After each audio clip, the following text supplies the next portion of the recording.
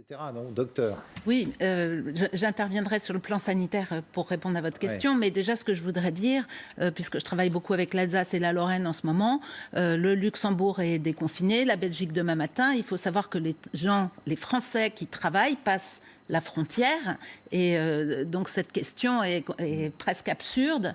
Les sociétés qui emploient les Français au Luxembourg ou en Belgique prennent la température de leurs patients, de leurs employés, font des tests et leur remettent des masques. Donc ce sujet, il est un petit peu absurde. Mais c'est comme ça depuis le départ. Mais c'est comme ça depuis le départ. Depuis le début du confinement, les frontaliers peuvent aller travailler, notamment parce que, d'après ce que j'ai compris, par exemple au Luxembourg, il y a une part importante du personnel hospitalier qui est français. Exactement. Donc, initiative européenne concertée. Docteur, pardon.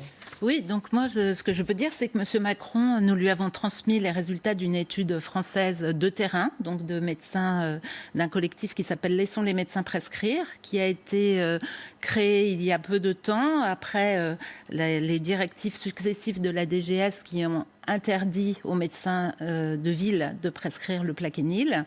Donc nous avions décidé de faire une étude prospective en fait avec des médecins Covid+ qui voulaient s'auto-traiter et cette directive les en a empêchés. Donc nous nous sommes regroupés et avons quand même mis en place une étude rétrospective qui a analysé 3 situations. Mais on est sur l'Europe là. Hein. Oui, mais parce que vous dites qu'est-ce qui fait changer M. Macron de décision.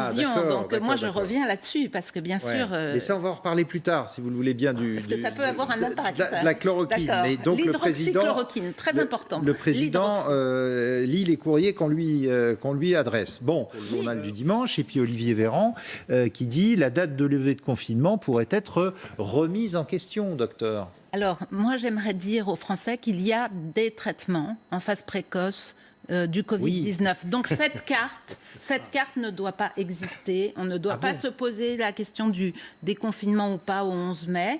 Parce que elle ne sert à rien pour vous, cette carte-là. Si on dit bien aux Français qu'il y a des traitements, et je ne dis pas un seul traitement, parce qu'il y a au moins 2 traitements dans ce que nous avons évalué en médecine de terrain, parce que ce qui est très intéressant ce soir, c'est qu'on va être à 2, et on va avoir la vision de l'hôpital. Donc vous n'êtes pas trop inquiète pour le 11 mai alors?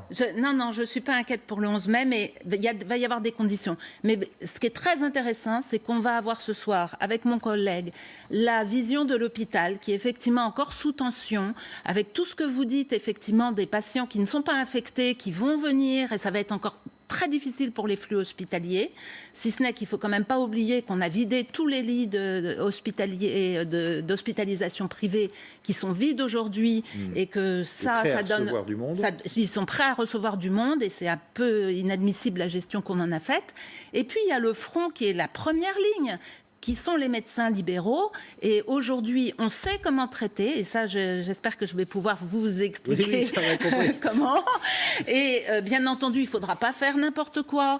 Il va falloir tester les gens, il va falloir mettre des masques. Mais à partir du moment où on sait qu'il y a des traitements... Mais on vous sent un peu plus rassuré, là, en tant moi, je suis totalement... Mais bien sûr, parce qu'on a une étude qui nous montre, et on a de plus en plus d'études au niveau mondial, qui nous montrent qu'on peut traiter les gens.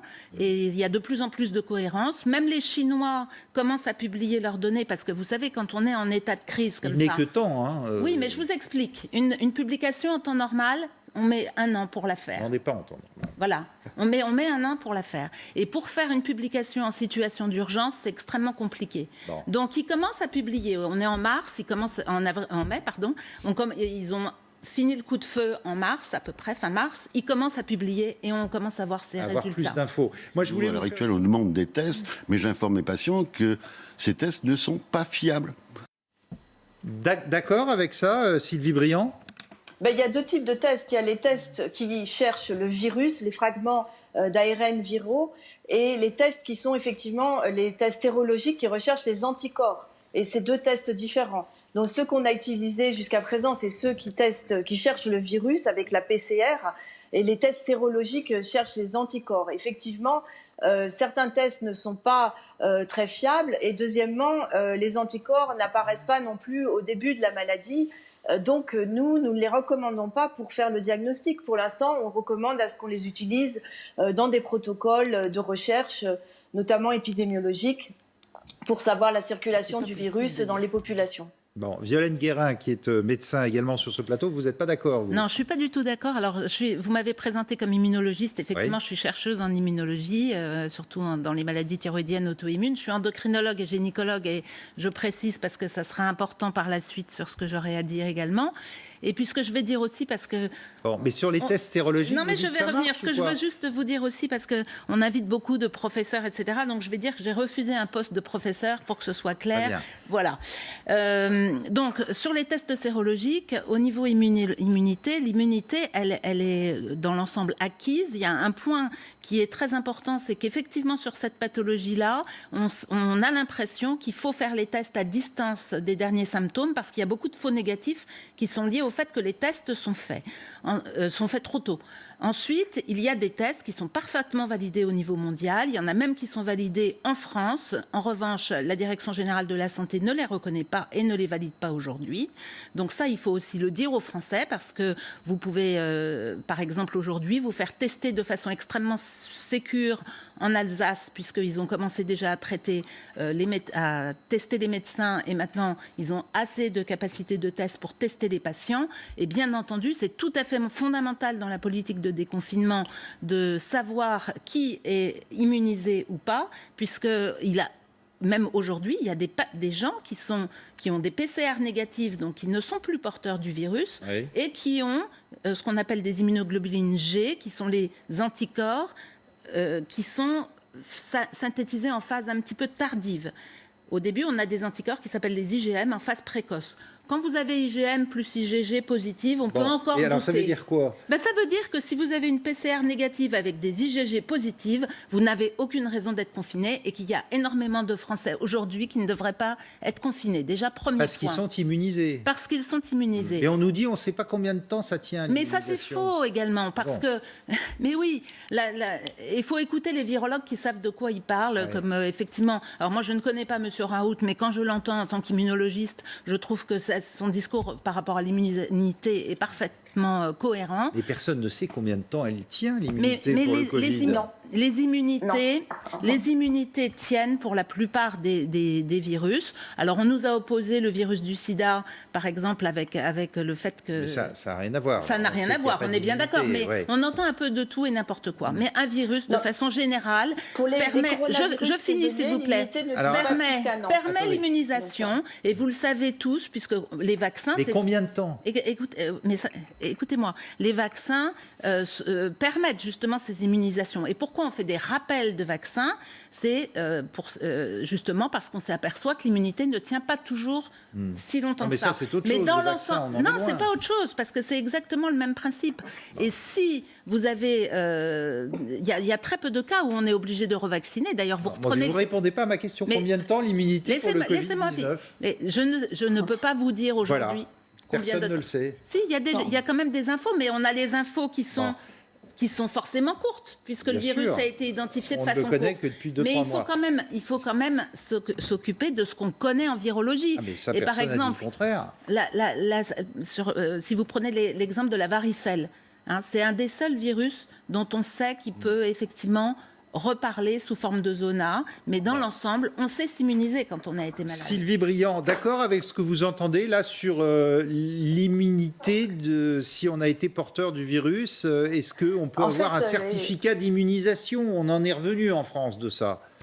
En fait, effectivement, il y a un développement d'anticorps avec le Covid-19, mais on ne sait pas encore si ces anticorps sont neutralisants. C'est-à-dire s'il s'accroche à l'endroit du virus qui va empêcher le virus en fait d'infester les cellules. Donc on n'a pas de notion pour l'instant, même si on sait que les anticorps existent, on ne sait pas la qualité de cette réponse à anticorps, et on ne sait pas non plus la durée de ces anticorps.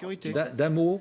D'un mot, il faut changer de stratégie, c'est-à-dire confiner les malades, parce que dans ce cas-là, c'est ce que veut faire le gouvernement. On va y reprendre. On va y revenir. Non, c'est pas exactement du tout ce qui est prévu. Et vous savez que demain matin, il va y avoir des textes votés au Sénat et après-demain à l'Assemblée, dont j'ai des avec des brigades sanitaires pour surveiller les malades, mais justement, etc. c'est pas du tout ça qu'il faut faire. Et je vais... Vous n'êtes pas d'accord. Non, alors, mais je vais vous... Alors, on y revient. J'aimerais bien pouvoir y revenir. Madame, vous avez entendu sur la chloroquine ce médecin français en Espagne qui dit ça ne change pas grand-chose. Hein, le traitement. Alors, les données qui ont été dans l'ensemble publiées par les pays concernent une administration en phase tardive. Donc, on est parfaitement d'accord pour dire que l'hydroxychloroquine en phase tardive n'est pas efficace.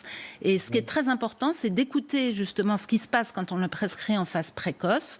Donc, vous avez une énorme étude au Brésil qui vient de changer d'ailleurs complètement la physionomie de ce qui se passe dans le pays, qui est une étude exactement la même que celle qu'on a faite. Dit, ça marche la chloroquine sur le terrain, en première ligne, en traitement précoce.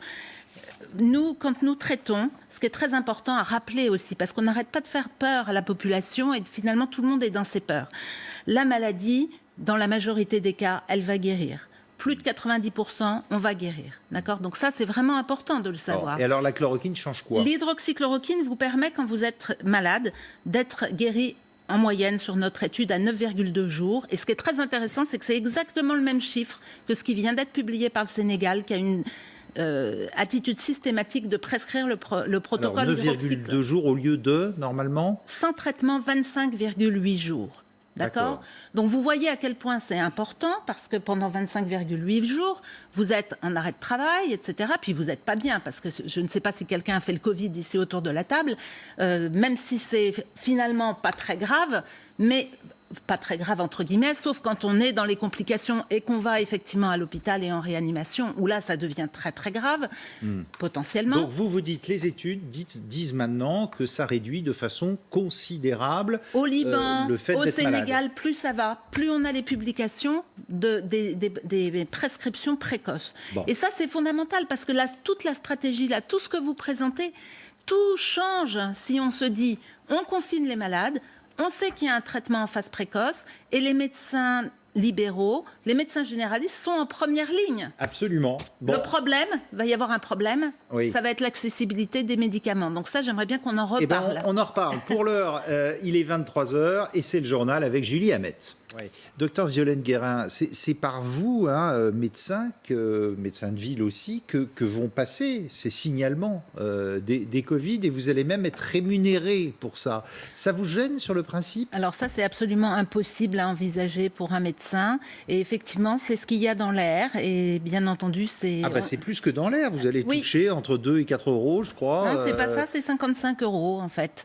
Ah alors, ce que je vais vous dire, je vous disais tout à l'heure, j'étais gynécologue. Aujourd'hui, en France, quand il y a des maladies sexuellement transmissibles, c'est le maillage des médecins généralistes et des gynécologues qui font le dépistage, qui testent. Si jamais vous avez une infection à chlamydia ou votre partenaire a une infection à chlamydia, je ne parle pas de vous, mais je vais vous faire une ordonnance pour vous traiter, je vais faire une ordonnance pour traiter votre partenaire, je vais vous poser la question si éventuellement vous avez d'autres partenaires, et je vais m'occuper de tout le monde. Et vous allez le signaler aux autorités. Alors, on ne signale aux autorités qu'un certain nombre de petites maladies qui ne sont absolument pas fréquentes, comme la tuberculose, aujourd'hui on n'en a plus beaucoup, comme la syphilis. Et on a très peu de maladies qui sont déclarées en déclaration obligatoire. Pourquoi ? Parce que les médecins sont des gens responsables et vous avez tout un maillage de professionnels qui savent parfaitement faire ce qu'il faut faire. Mais c'est le côté délation qui vous choque, non seulement d'être une espèce de balance pour l'État ? Rupture du secret médical, délation parce que... Mais c'est pour le bien du patient et le bien de la communauté. Non, à partir du moment où moi je vous dis qu'il y a un traitement possible, il n'y a aucune raison d'entrer dans ce type de système. Oui. Donc... Premièrement, attention, parce que là, ce que demande le gouvernement, rupture du secret médical. Ensuite, on demande non seulement d'enregistrer les données du patient, mais également de toute personne qui serait en contact avec lui dans sa famille ou dans ses amis. Et ça vous choque ? Évidemment que ça me choque. Bien sûr, c'est totalement anormal. Quand on a un traitement disponible. Parce que c'est ça qu'il faut vraiment... Enfin, vous partez du principe que la chloroquine, ça va résoudre tout le problème. Pas la chloroquine, attention, l'hydroxychloroquine et surtout l'azithromycine aussi. Oui, parce que l'antibiotique qui est lié avec. Mais dans notre étude, on a aussi azithromycine seule. Bon. Et beaucoup de médecins de terrain, c'est ça, il faut l'entendre, parce que c'est criminel ce qui est en train de se passer. Et je vous remercie de me donner un tout petit peu la parole, parce que vous pouvez nous donner les moyens d'épargner des milliers de vies. Si on avait traité tout de suite les médecins, si les médecins avaient été traités, et puis si les médecins et les soignants s'étaient traités, parce que ce qu'il faut que vous sachiez, vous apprendrez des chiffres demain très alertants, mais en tout cas, il y a plus de 4500 médecins libéraux en première ligne qui ont été malades du Covid, qui sont enregistrés par le site de la CARMF, qui est notre caisse de retraite. Et demain, vous aurez, ou dans les heures à venir, vous allez avoir les morts. Ouais. Donc les médecins se sont sacrifiés, les médecins de terrain, les premiers en première ligne, avant que les patients n'arrivent à l'hôpital. On a centré toute la discussion sur les patients hospitalisés. Et je suis contente d'entendre mon confrère qui me dit... Alors, qu'est-ce qu'il dit, votre confrère ? Mon confrère, il me dit qu'il n'y a plus qu'un tiers de patients Covid plus qui arrivent. Laissez-le parler. Mais je vais le laisser parler pour dire aussi que nous, effectivement, nous constatons en ville moins de patients qui déclarent l'infection. En revanche, il faut aussi savoir que dans toute épidémie virale, comme pour la grippe, au moment où, justement, on a cet infléchissement de courbe, on a souvent un petit rebond. Donc, les virologues le connaissent, ce petit rebond. Donc, que l'on ne dise pas que ce n'est lié qu'au déconfinement. Je voudrais vraiment dire ça aussi. Docteur Maspi. Et plutôt que de confiner tout le pays, si on arrive à identifier les gens qui sont porteurs de la maladie et leur entourage pour les confiner eux seulement, moi je pense que c'est un progrès. Et si pour en arriver là, il faut passer par une mise à contribution des médecins, j'imagine c'est pas pour faire un fichier qui sera là indéfiniment, c'est juste pour être efficace. Monsieur, on n'a pas à déclarer à la SS ce genre de sujet, puisque on le fait. Sur des maladies infectieuses, et on n'a pas besoin de déclarer. C'est totalement inutile. Vous avez déjà le réseau des médecins généralistes et des médecins de traiter ce type de cas.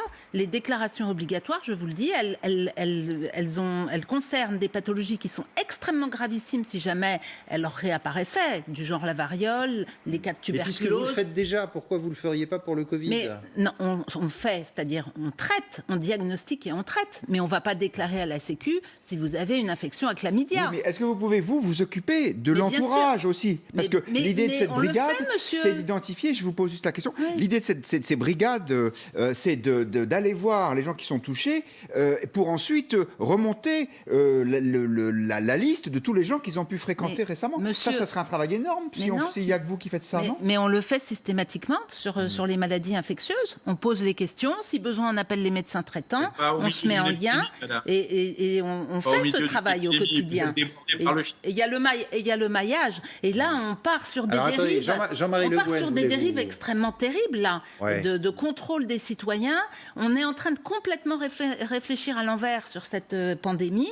Et l'OMS, je pense... Mais c'est la guerre ou c'est pas la guerre ? Là, attendez, l'OMS, c'est grave ce que j'entends là. Quand la dame est en train de faire peur à tout le monde sur les tests sérologiques, il est évident qu'on n'a pas de recul assez sur ces tests sérologiques. Mais si on réfléchit un petit peu, le SARS-CoV-2, il est dans la même classe que les SARS-CoV-1. Là, c'est encore mais pour dire qu'on a du recul sur ce type de coronavirus et des sérologies.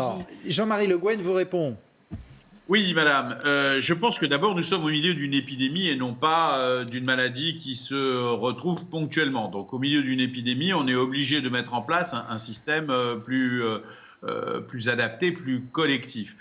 Je pense que les déclarations qui sont faites sont à la fois moins officielles que ne le sont les maladies à déclaration obligatoire auxquelles vous faisiez allusion. Non, je ne crois pas. Ce n'est pas les mêmes fichiers. Là, ce sont des éléments qui sont en rapport avec un fichier de sécurité sociale qui n'a pas vocation à durer dans le temps et qui, évidemment, a vocation tout simplement à permettre que des équipes puissent saisir des informations à un moment donné et que ces informations de la personne malade et de ses personnes contacts, de façon à ce qu'on puisse gérer l'ensemble des personnes potentiellement infectées à un moment donné sur tout simplement un petit fichier Excel. Il ne s'agit pas d'un fichier de maladie obligatoire, c'est encore un autre cas. Ce qui aurait pu d'ailleurs arriver, et ce qui pourrait arriver dans un cadre d'épidémie aussi important, ce n'est pas le degré qui est demandé aujourd'hui à ce système. Alors moi j'avais une question. Attendez, j'avais une question. Si par exemple vous tombez sur un malade, vous lui dites vous avez le Covid et il dit je m'en fiche. Je ressors, je fais la fête, je vois mes amis, etc. Vous faites quoi, vous, Exactement, médecin? mais c'est une question fondamentale que vous avez posée et le choix qui a été fait par Olivier Véran et que j'approuve personnellement, c'est celui à la fois de la confiance et de la responsabilité et de l'action civique. C'est-à-dire que l'idée, elle est a priori non pas de jouer le fichage et l'obligation légale et la contrainte administrative ou policière, mais de créer les éléments de la confiance. Je pense que c'est la bonne méthode, non pas pour des raisons simplement de considération humaine ou de droits de l'homme, c'est aussi puisque la pour des question raisons m'était posée. de mise en confiance des malades et de que ceux-ci ne se sentent pas comment dirais-je, Alors, moi, est-ce que vous dénoncez vous dénoncez ou pas si vous avez un patient, madame, qui dit je m'en fiche et je continue ma vie et je côtoie les gens? Oui, je vous remercie de me poser la question parce que c'est quelque chose qu'on a tous les jours en consultation, d'accord? Donc, en France, on a un médecin traitant et en général, il y a des liens, ce sont les médecins de famille qui sont excellents entre les médecins traitants et les patients et leurs liens de confiance. Merci, monsieur, de me laisser parler. Merci. Oui, madame, donc, il y a des liens de confiance. Moi, quand j'ai quelqu'un qui a une pathologie infectieuse, qui veut par exemple pas se soigner ou autre, je vais passer du temps avec lui pour lui expliquer, ou lui ou elle, lui expliquer en quoi c'est important. Et en général, quand on travaille bien, bien sûr, parce qu'il y a des liens de confiance entre les médecins traitants et leurs malades. Merci à vous et merci à